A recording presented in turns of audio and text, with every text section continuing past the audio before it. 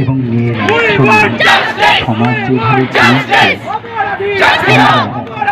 আমরা চোখে দেখছি সেটা যথার্থ সমাজ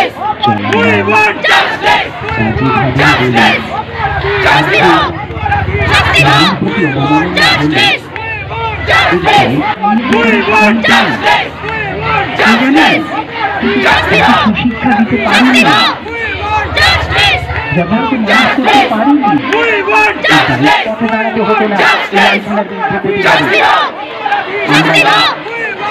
পুলিশ হিসেবে নিজেদেরকে ধিক্কার জানাই আমি ব্যক্তিগতভাবে নিজেকে ধিক্কার জানাই কারণ আমি পুলিশ হয়ে উঠতে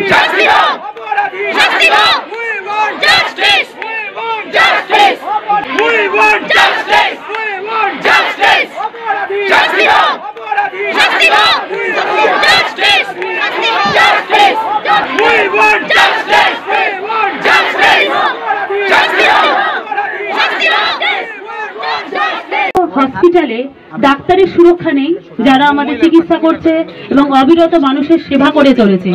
সেখানে যদি একটা ডাক্তার সুরক্ষিত না হয় তাহলে আমরা সমাজে মা বোনেরা নারীরা কি সুরক্ষিত? সেখানে রাত 3টার সময় 2টার সময় কোনো মহিলা যদি রাস্তা দিয়ে যায় কোনো পুরুষ ফিরেও তাকায় না যে একটা মহিলা যাচ্ছে। কিন্তু আমাদের আজ 4:30 স্কুল ছুটি হবার পর আমি বাজারে এসেছি ফুল নিতে, দেখছি আমাদের স্কুলেরই একটি মেয়ে যাচ্ছে, তাকে শীষ দিয়ে দিয়ে টন্টিং করছে। কেন হবে এরকম? We want justice! We want justice!